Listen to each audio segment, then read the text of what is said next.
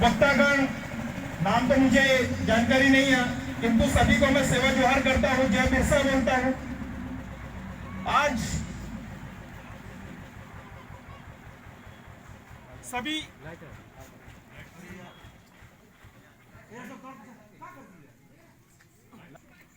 आप लोग से एक सामाजिक विनंती है। हम लोग ने इतना बड़ा कार्यक्रम का आयोजन किया।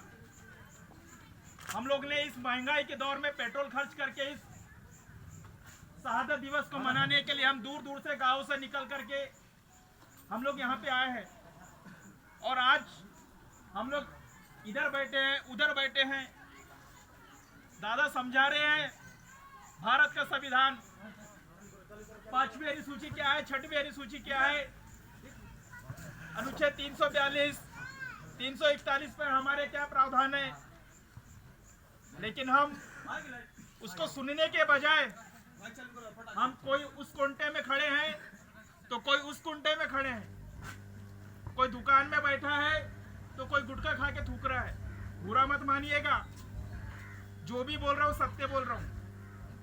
Hello hello hello. आज सभी ने बारी बारी से महामानव जननायक शंकर शाह, रघुनाथ शाह, मेरावी जी के शहादत पर अपने अपने विचार रखे। मेरा ऐसा मानना है कि आप सभी उनके इस बलिदान से, उनके इस संघर्ष से अच्छे तरीके से परिचित होंगे। इस आदिवासी समाज में बहुत से बलिदान हुए। ऐसे लाखों आदिवासियों ने इस जल जंगल जमीन को रक्षा के लिए, बचाने के लिए अपने प्राणों की आहुति दी। ऐसे तमाम महापुरुषों को मेरा सादर नमन, सेवा जोहार। साथियों, ये देश, ये भारत देश एक्चुअल में गोंडवाना लैंड था। यदि आप अपने हिस्ट्री को देखेंगे, आप अपने इतिहास की तरफ जाएंगे, तो आपके इतिहास को दफन कर दिया गया है। इस देश में जितनी मनुवादी ताकतें हैं, उन मनुवादी ताकतों ने आदिवासी के इतिहास को दफन करके रख दिया है। इतिहास कहा जाता है कि 3500 वर्ष पूर्व आर्य आए साथियों, लेकिन 10,000 साल पूर्व इस देश में आदिवासी रहता है। आदिवासियों का इतिहास प्राकृतिक है, धार्मिक नहीं है। आदिवासी पिछले 10,000 सालों से इस प्रकृति की पूजा करते हुए आ रहा है, इस प्रकृति को मानते हुए आ रहा है। अभी किसी भाई ने मुझे कहा था थोड़ी देर पहले, धर्म को लेकर के मेरी एक सामाजिक विनंती है, आदिवासियों को धर्म की तरफ मत ढकेलो। यह समाज प्राकृतिक है, धार्मिक नहीं है। हम लोग ताली मत बजाना, पहले बता दे रहा हूं, दिमाग खुला रखना है। कई नेता आते हैं, भाषण देके चले जाते हैं, आप ताली बजाते हो, ताली बजा के घर जाते, खाना खा के सो जाते हो। जैसी स्थिति पहले थी आज भी वैसी रहती है आप लोगों की। यह समय है अपने अपने बच्चे के प्रेरणा को तैयार करने का। जब समय आता है सुनने का, समझने का और जागने का और संघर्ष करने का, उस समय हम ताली बजा के चुपचाप हो जाते हैं। मैं बात कर रहा था धर्म को लेकर के। अभी फुल जोरों से हमारा समाज धार्मिक कोड बिल को लेकर के काम कर रहा है। धर्म कोड को लेकर के आप करेंगे क्या, मुझे बताइए पहले। इस देश में 10,000 पूर्व से आदिवासी सांस्कृतिक प्रगति के आधार पर जीवन जी रहा है। और प्रगति के आधार पर सबसे पूर्व का, फर्स्ट का, पहले का आदमी कौन है? आदिवासी। लेकिन इस देश में इतिहास को बतलाया कैसे गया? इस देश का इतिहास होना चाहिए। बुद्ध के गुरु का नाम अनार कलाम, जो कि आदिवासी था, और आदिवासी के गुरु का नाम लिंगो। यहां से हिस्ट्री प्रारंभ होती है, यहां से हमारा इतिहास प्रारंभ होता है। लिंगो, हमारे कुछ भूमकस लोग, भाई लोग पांडुपारी गोपाल लिंगो जी को गुरु बोलते हैं। वो गुरु नहीं थे, वो थे साइंटिस्ट, एक वैज्ञानिक थे जिन्होंने आदिवासी समाज की परिकल्पना किया। इन्होंने प्रकृति को आदिवासी संस्कृति में जोड़ा।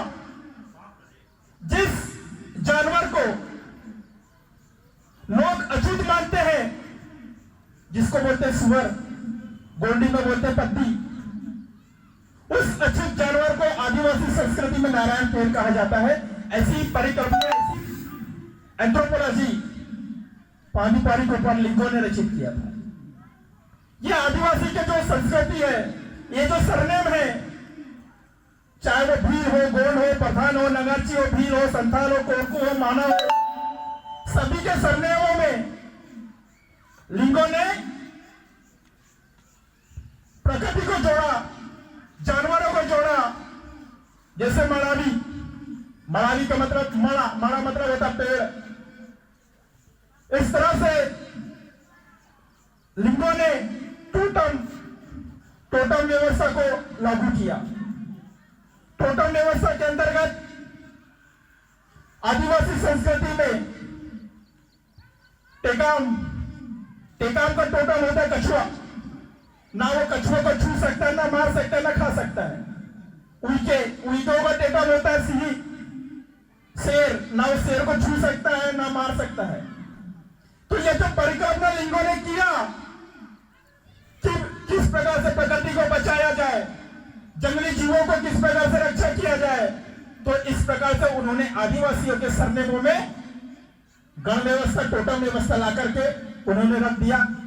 इस देश में जो आज तक जो जंगल जो बचा है, जो जीव बचा है, वो आदिवासियों के कारण बचा है, ना कि किसी और के कारण बचा है। तो मैं जो बात कर रहा था धर्म और संस्कृति को लेकर के, हमारी संस्कृति 10,000 साल पूर्व की संस्कृति है। हमें किसी धर्म की जरूरत नहीं है। धर्म में गुलामों का होता है, लेकिन जो संस्कृति होती है वो इस पर्यावरण को बचाने के लिए होती है। यदि आपको धर्म की यदि चाहिए तो आप समान सांस्कृतिक कोड की मांग करिए। समान सांस्कृतिक कोड से यह होगा कि पूरे विश्व के आदिवासी को समान सांस्कृतिक कोड के आधार पर जाना जाएगा। क्यों? यदि आप धर्म के आधार पर बात करते हैं तो आज आपको कोड बिल लागू होगा 2021 का। मतलब आदिवासी प्राकृतिक नहीं है। 2021 में उनको जब धर्म कोड बिल जब लागू होगा आदिवासियों को, तो यहां के मूल निवासी नहीं कहलाएंगे। और 3,500 वर्ष पूर्व का अपना इतिहास बताता है। आपका इतिहास मिट करके आज 1 साल का इतिहास बन जाएगा। यदि आपको करना ही है तो आप समाज सांस्कृतिक कोड की मांग करिए। जो समाज सांस्कृतिक कोड की मांग यदि आप करते हैं तो ये पूरे भारत ही नहीं, विश्व के आदिवासियों को समाज सांस्कृतिक कोड पे बिल पर ये प्रदर्शित करेगा, जो कि प्राकृतिक होगा। आप नेचर की बात करिए, आप नैसर्गिक बात करिए, धार्मिक नहीं। यह जिला 5वीं अनुसूची के अंतर्गत आता है। 5वीं अनुसूची के अंतर्गत जहां पे आदिवासियों के एकाधिकार है, आदिवासियों के जल है, जंगल है, जमीन है, उस जल जंगल जमीन पर खनिज है, सोना है, तांबा है, अनूपपुर में कोल माइन है। आप मुझे बताइए किसी एक आदिवासी का नाम उसकी जमीन पर कोल माइन खुला है और वो उस कोल माइन का मालिक होगा। आदिवासी क्षेत्रों में पानी है, जंगल है, आप मुझे बता दीजिए कोई ऐसा आदिवासी का नाम जो उस क्षेत्र में उसका मालिक होगा। देश आदिवासियों का और कब्जा गैर आदिवासी का। यह कारण क्या है? यह कारण के पीछे आप जाएंगे तो ये सबसे बड़ा कारण आता है आप लोगों का सामाजिक विचार। हमारे समाज में हम वैचारिक रूप से कमजोर पड़ते हैं। मध्य प्रदेश में आदिवासी में 46 जातियां आती है, गोंड, प्रधान, भील, नगाची, माना, संथाल, कोरकू इत्यादि। ये जो जातियां जो पाई जा रही है, गोंड की प्रधान से नहीं पड़ती, भील की भिलारा से नहीं पड़ती। गोंड पांडे को अपना भाई मानता है, प्रधान मिश्रा को अपना भाई मानता है, लेकिन गोंड की नहीं सुनता वो। ये जो सामाजिक त्रुटि हमारे बीच में आ रही है, ये जो मानसिक जातिगत त्रुटियां जो समाज को लेकर के हमारे मन में जो भेजा जा रहा है, इसको आपको समझना पड़ेगा।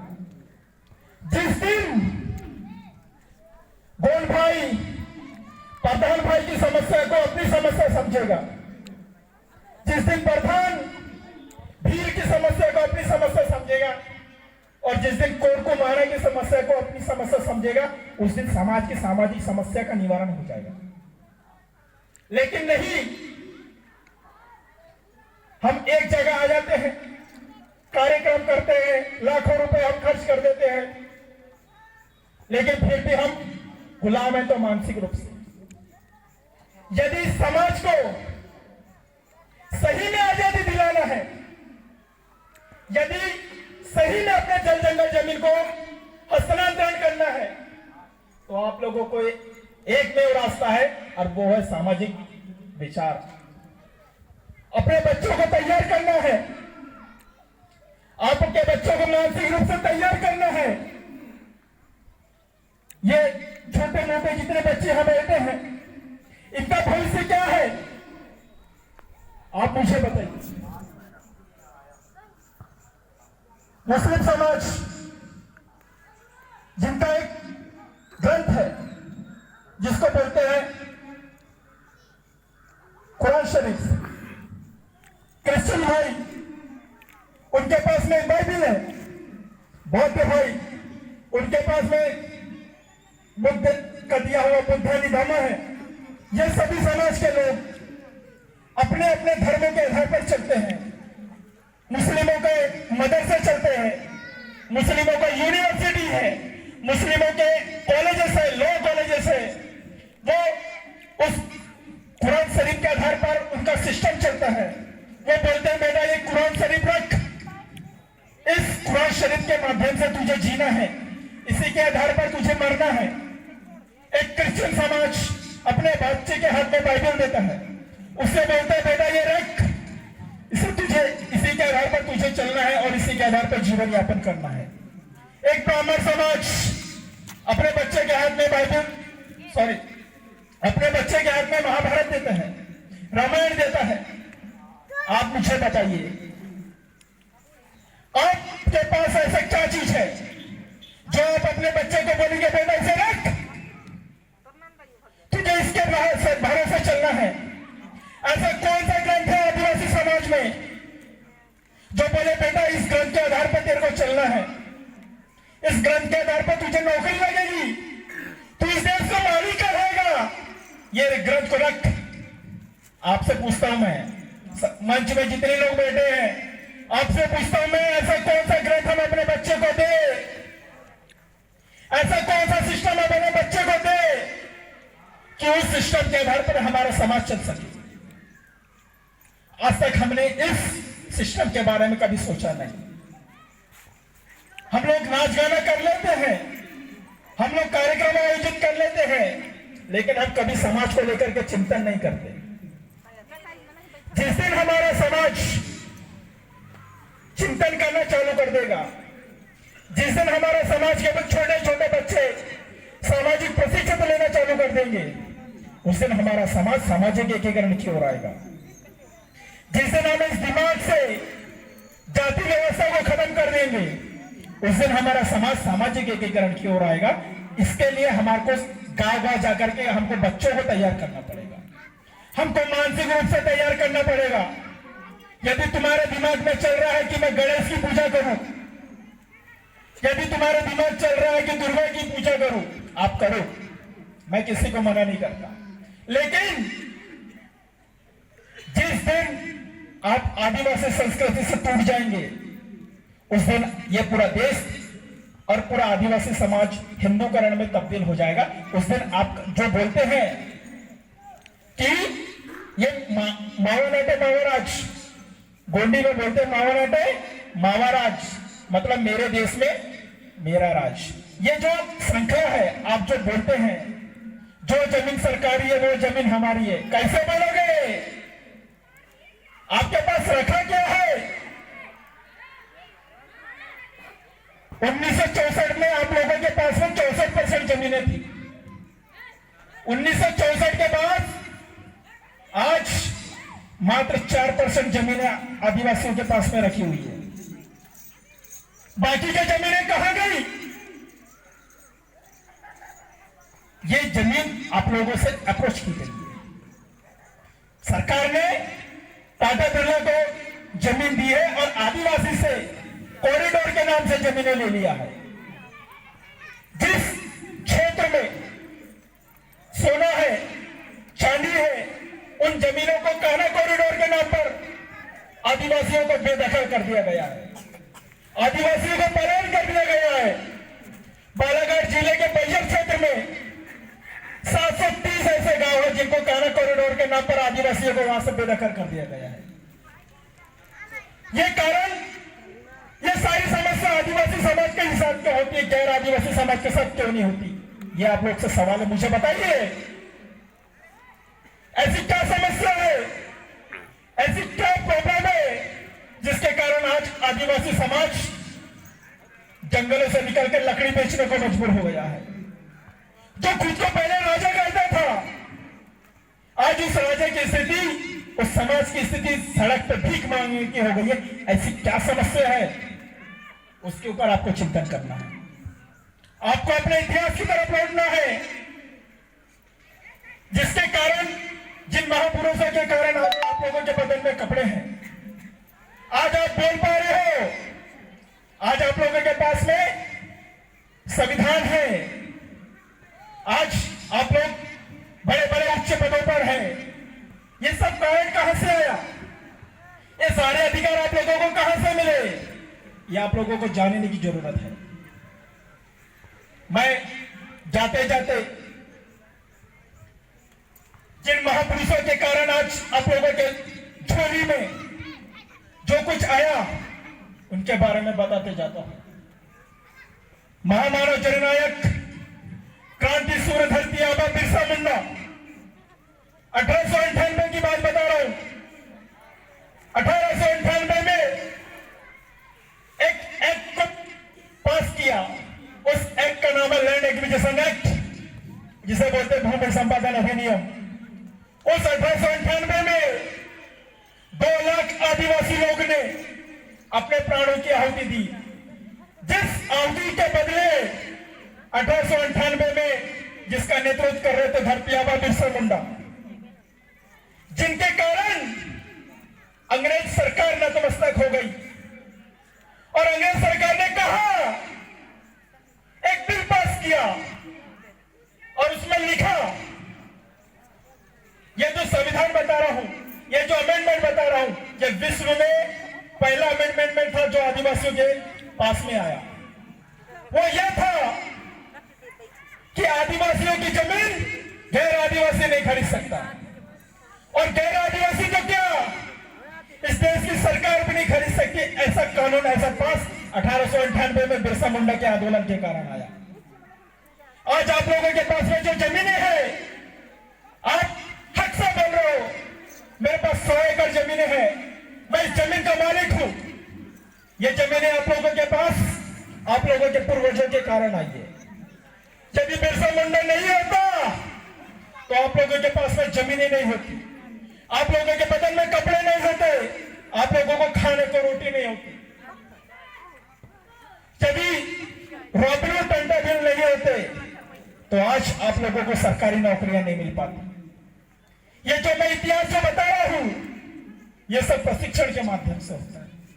क्योंकि एक बात दिमाग में खोल कर रख लो यार, भाषण से राशन नहीं मिलता। यदि समाज को जानना है, यदि समाज को समझना है, तो उसके लिए आप लोगों को संघर्ष करना पड़ेगा। क्योंकि हमारा समाज शुरू से लेकर के अंत तक एक ही काम करते आया है, संघर्ष, संघर्ष और संघर्ष। मैं माता शक्तियों से कुछ कहना चाहता हूं। अभी गणेश चतुर्थी चल रहा है, आप लोगों के दिल में यदि ठेस लगे तो मैं क्षमा चाहूंगा। किसी के मन को मैं आहत नहीं करना चाहता, किंतु ये जो संस्कृति के आधार पर मैं बात कर रहा हूं, यदि आप उपवास रहते हैं, नवरात्रि उपवास रहते हैं, शिवरात्रि उपवास रहते हैं, आपका बच्चा भूखा है, आपके बच्चे के बदन में कपड़े की कमी जा रही है, यदि आप के पास में जमीन नहीं है खेती करने और आप मंगलवार का उपवास रह रहे हो, तो उसको बंद करो। आप कलेक्टर ऑफिस के सामने जाके उपवास रहो। यदि वहां जाके उपवास रहोगे तो वहां पे आपको कुछ तो आपको मिलेगा। यदि मंगलवार शनिवार का उपवास रहोगे, आप भी मर जाओगे, आपका बच्चा भी मर जाएगा, लेकिन कुछ हासिल होने वाला नहीं है। ये जो मैं बात बता रहा हूं, इसको आपको सोचना है। मैं यहां पे बोलूंगा, यहां से चले जाऊंगा, लेकिन इसके बाद आपको करना क्या है, ये मातृशक्ति अच्छे तरीके से जानते हैं। साथियों, इस देश में जो नजरें आदिवासी समाज की मां बहनों पर है, तुच्छ नजर से इस देश के लोग देखते हैं। कुछ हमारे पागल नेता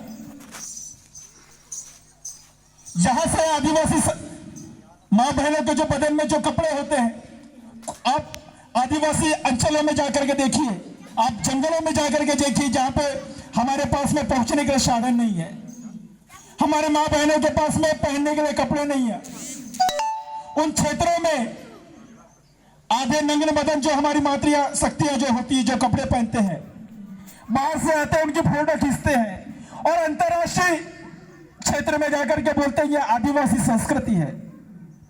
ऐसी नजर से हमारे समाज को देखा जा रहा है। इस पर बात कौन करेगा? हमारे नेताओं को तो फुर्सत नहीं है। समाज की बात उनके कानों तक नहीं जाती, उनको सिर्फ पार्टी से प्यार है, समाज से कोई प्यार नहीं है। अरे समाज का निर्माण नहीं किया और पार्टी बना ली, व्यक्ति को तैयार नहीं किया और पार्टी बना ली। ये भूल को अलग करना पड़ेगा। आपके दिमाग में आप नेता बन जाओ, अध्यक्ष बन जाओ, राष्ट्रीय अध्यक्ष बन जाओ या अंतरराष्ट्रीय अध्यक्ष बन जाओ, यह मायने नहीं रखता। मायने यह रखता है कि आपके ब्रेन में क्या है, क्या चल रहा है, यह मायने रखता है। इसके बारे में सोचना आपको पड़ेगा कि वास्तविक क्या है और गलत क्या है। साथियों,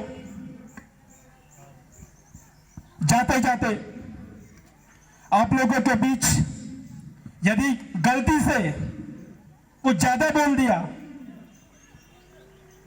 अपना अनुरोध समझ के माफ करना, क्योंकि मैं जो बातें आप लोगों को बोला वो इधर दिल में मेरे दर्द देता है। जो पीड़ा आदिवासी समाज में है वो पीड़ा किसी दूसरे समाज की नहीं है। गवर्नमेंट बोलती है और विज्ञान भी बोलता है, खाना खाओगे तो खून बढ़ेगा, लेकिन इस देश की गवर्नमेंट बोलती है यदि जिंदा रहने तो खून देना पड़ेगा। ये गवर्नमेंट आदिवासी क्षेत्रों में जाकर के वहां से ब्लड डोनेट कैंप लगा करके आदिवासियों से ब्लड ले रही है। अरे जिसको खाने के लिए रोटी नहीं है, जिसके बदन में पहनने को कपड़े नहीं है, जो अपने अधिकारों के लिए लड़ रहा है, उसके लिए तुम ब्लड बैंक कैंप लगा करके खून दे रहे हो। यह साजिश है, यह आदिवासियों को खत्म करने की साजिश है, आपको जल जंगल जमीन से खदेड़ने की साजिश है। क्योंकि इनकी नजरें आपके जल जंगल और जमीन पर है। ये नहीं चाहते कि आदिवासी इस देश का मालिक हो, इसलिए संयुक्त राष्ट्र संघ में एक अलफनामा भी दिया इन्होंने। जब संयुक्त राष्ट्र संघ में एक प्रतिनिधि चुन करके जाता है, वहां ये बोलते हैं कि भारत देश में आदिवासी नहीं रहता। तभी तो जो 1992 में जो विश्व आदिवासी दिवस घोषित हुआ, यदि ये गवर्नमेंट चाहती, कोई भी गवर्नमेंट रहे, चाहे वो बीजेपी रहे, कांग्रेस रहे, कोई भी रहे, मुझे उससे मतलब नहीं है। जो 1992 में जो पास हुआ था कि आदिवासियों का संरक्षण हेतु विश्व आदिवासी दिवस मनाया जाए और पूरे विश्व में छुट्टी घोषित किया जाए, ये 2006 से भारत में चालू हुआ है। ये 10 साल इन्होंने दबा के रखा। साथियों, विश्व आदिवासी दिवस का दिन छुट्टी घोषित होना चाहिए। यहां पे क्रिसमस के लिए छुट्टी है, यह ईद की छुट्टी है, रामनवमी की छुट्टी है, लेकिन आदिवासी को लिए त्योहार में कोई छुट्टी नहीं है। यह बहुत ही निंदनीय हमारे समाज के लिए है सोच। यदि हम इसी तरह ताली और थाली बजाते रहेंगे तो हमारे अस्तित्व को लोग खत्म कर देंगे। आप लोगों को सोचना है, आप लोगों को समझना है कि आपके अधिकारों को संरक्षित कैसे रखा जाए।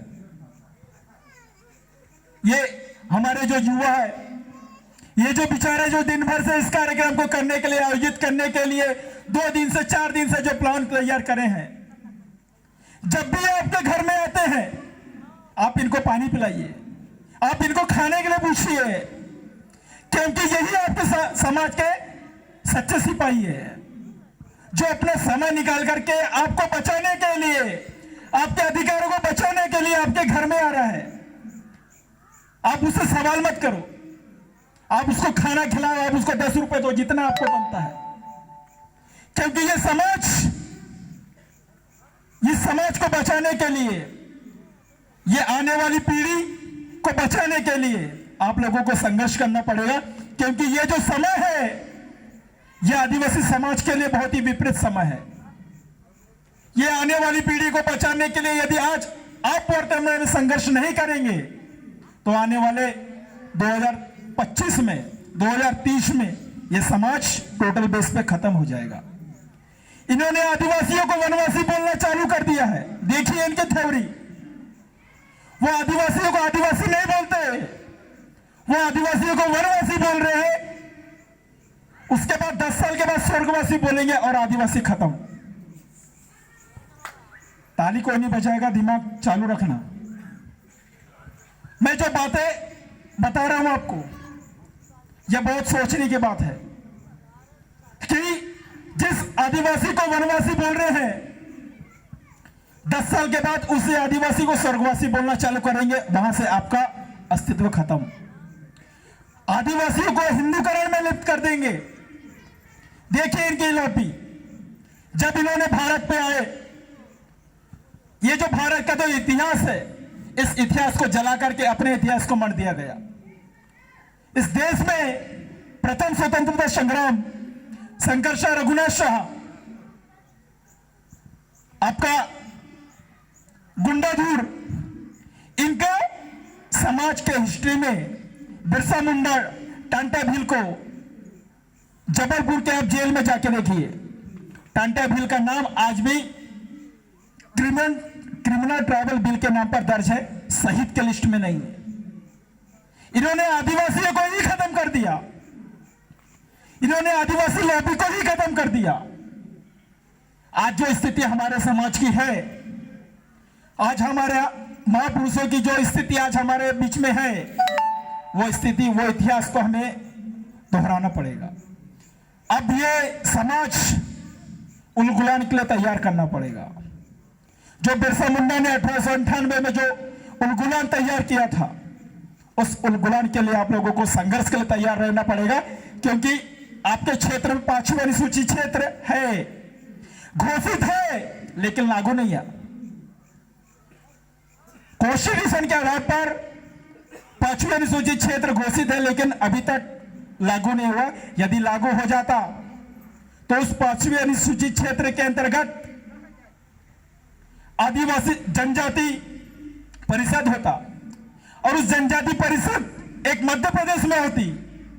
वो मध्य प्रदेश की जो जनजाति परिषद होती वही निर्णय लेती कि मध्य प्रदेश में मुख्यमंत्री कौन होगा। 5वीं अनुसूचित क्षेत्र के अंतर्गत एसडीएम कौन होगा। जो दादा ने जो बात बोली थी रूढ़ी प्रथा की, जो गांव गणराज्य होगा, 5वीं अनुसूची के अंतर्गत जो गांव गणराज्य जो बनाया जाएगा वो उसमें ऐसा प्रावधान है कि यदि कि उस ग्राम सभा में राष्ट्रपति महोदय भी यदि उस ग्राम सभा में आएंगे तो सबसे पहले उनको उस ग्राम सभा के ग्राम प्रधान की परमिशन लेना पड़ेगा। ऐसा प्रावधान संविधान के रूढ़ी प्रथा 5वीं अनुसूची के अंतर्गत है, आप पढ़ लीजिएगा। यह प्रावधान आदिवासियों के लिए है, लेकिन आदिवासी समाज घंटी बजाने और रामायण पढ़ने में फुर्सत नहीं है। आपको बात बुरी लग रही होगी, मैं कल ही अमरकंटक गया था। पंडित जी बोले मत्था टेको, मैंने टेका, बोले 100 रुपए दक्षिणा दो।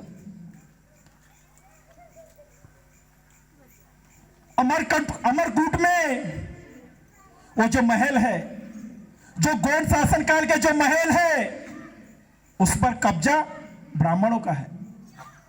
अमरकूट जहां से नर्मदा निकली है वो भी प्राचीन है, वो आदिवासी गोंड शासन काल का है, लेकिन कब्जा ब्राह्मणों का है। देखिए ये 5वीं अनुसूचित क्षेत्र है। इस 5वीं अनुसूचित क्षेत्र में कब्जा आदिवासी का होना चाहिए, लेकिन कब्जा ब्राह्मण का है। हमारे समाज के लोग वहां जाते हैं, चकाचौंध देखते हैं, जेब से 100 रुपए निकालते हैं और मत्थे टेक के पैर भी पढ़ लेते हैं, लेकिन अपने अधिकार के लिए कभी नहीं लड़ते हैं। अरे जिस क्षेत्र में आदिवासी राज होना चाहिए वहां पे राज किसी और का है, यह आप लोगों को जानना पड़ेगा। उसके लिए आप लोगों को गांव गांव में जाकर के 5वीं अनुसूची 6वीं अनुसूची पर पेशा एक्ट, एट्रोसिटी, अनुसूचित जाति जनजाति अत्याचार निवारण अधिनियम 1989, भूमि संपादन अधिनियम, आबकारी अधिनियम, पंचायती राज अधिनियम, ये तमाम अधिनियमों पर आप लोगों को बच्चों को तैयार करना पड़ेगा। ये मानसिक रूप से तैयार करना पड़ेगा। जिस दिन आप अपने अधिकारों को समझ जाओगे, जिस दिन आप अपने अधिकारों को जान पाओगे, उस दिन आप छीनना भी समझ जाओगे, आप अपने अधिकार को हासिल भी करना जान जाओगे। अनूपपुर में जो कोल माइन है, वो कोल माइन भी आपकी हो सकती है। यदि वो 5वीं अनुसूची के अंतर्गत आता है तो उस पर भी आधिपत्य और अधिकार आपका होगा, लेकिन वो कब? जब आप मानसिक गुलामी से बाहर निकल करके सामाजिक रूप से तैयार होंगे, तब आप लोगों को गांव गांव में जाकर के आप लोगों को प्रशिक्षित युवा तैयार करना पड़ेगा। बिरसा ब्रिगेड आज भारत के 12 राज्यों में 20,000 कार्यक्रम आज ही के दिन आयोजित हो रहे हैं। बिरसा ब्रिगेड के तमाम युवा साथी गांव गांव में जाकर के सामाजिक रूप से सामाजिक प्रशिक्षण देते हैं। मैं जो तैयार हूं, मैं भी सामाजिक रूप से प्रशिक्षण रूप से तैयार हुआ हूं। मैं लॉ कर रहा हूं, मेरा अभी भी वर्तमान में पढ़ाई चालू है, लेकिन मुझे इधर दर्द होता है समाज को लेकर के, इसलिए मैं बालाघाट से चल करके मेरावी जी के कहने पर आप लोगों के बीच में उपस्थित हुआ हूं। आप लोगों ने धैर्यपूर्वक मुझे सुना, मुझे समझा। यदि गलती से यदि कुछ ज्यादा बोल दिया हो उसके लिए क्षमा चाहूंगा। जाते जाते जो महामानव के जो जब भी उस रैली में बोल रहे थे सरकार देश की चालक है और आदिवासी देश का मालक है, इसको आपको प्रमाणित करना पड़ेगा। एक भाई ने थोड़ी देर पूर्व, सबसे पूर्व में कहा था